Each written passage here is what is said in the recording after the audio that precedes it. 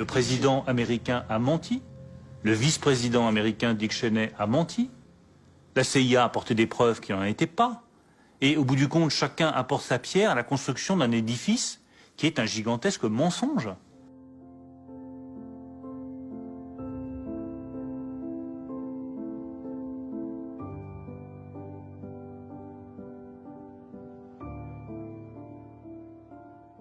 Et ce mensonge devient, en janvier 2003, la vérité de la première puissance de la planète et de notre premier allié, les États-Unis. Si on avait pu trouver un vague document qui aurait dit que Saddam Hussein mangeait des petits-enfants à chaque petit déjeuner, on l'aurait sorti. L'accusation la plus lourde concerne la bombe atomique. Pour la mettre au point, il faut posséder un minerai radioactif. Or, depuis 2001, la CIA soupçonne l'Irak d'avoir acheté 500 tonnes d'uranium au Niger. Sortir 500 tonnes de minerai d'uranium du Niger, qui est quand même un pays enclavé, il n'y a pas d'accès sur la mer. D'abord, il faut trimballer le minerai sur des centaines de kilomètres en camion, avec beaucoup de camions. 500 tonnes en avion, on aurait vu les avions. Donc, cette histoire ne tient pas la route. Mais le vice-président Dick Cheney doute des conclusions françaises. Il presse la CIA de poursuivre son enquête. La récolte des preuves ne donne rien.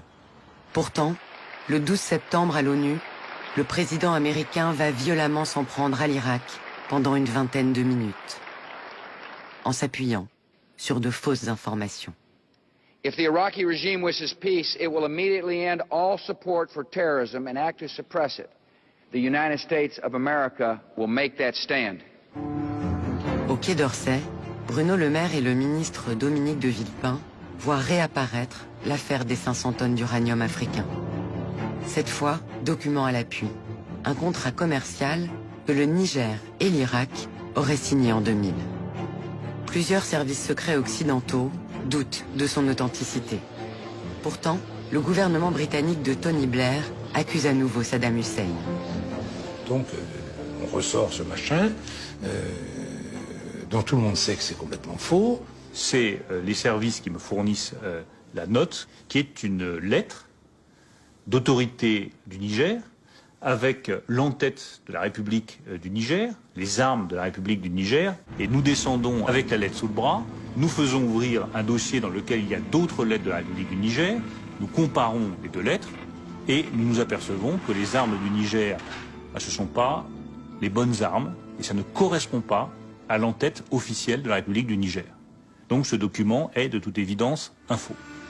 L'air de la guerre, qui souffle à la Maison-Blanche, fait tousser Jacques Chirac à l'Élysée. La France affiche officiellement son désaccord avec les États-Unis. Le 11 octobre 2002, sans l'ombre d'un doute, le Congrès américain autorise George W. Bush à déclarer la guerre à l'Irak dès qu'il le souhaitera, et sans avoir à obtenir un feu vert de l'ONU. Une tension sévère s'installe entre Paris et Washington.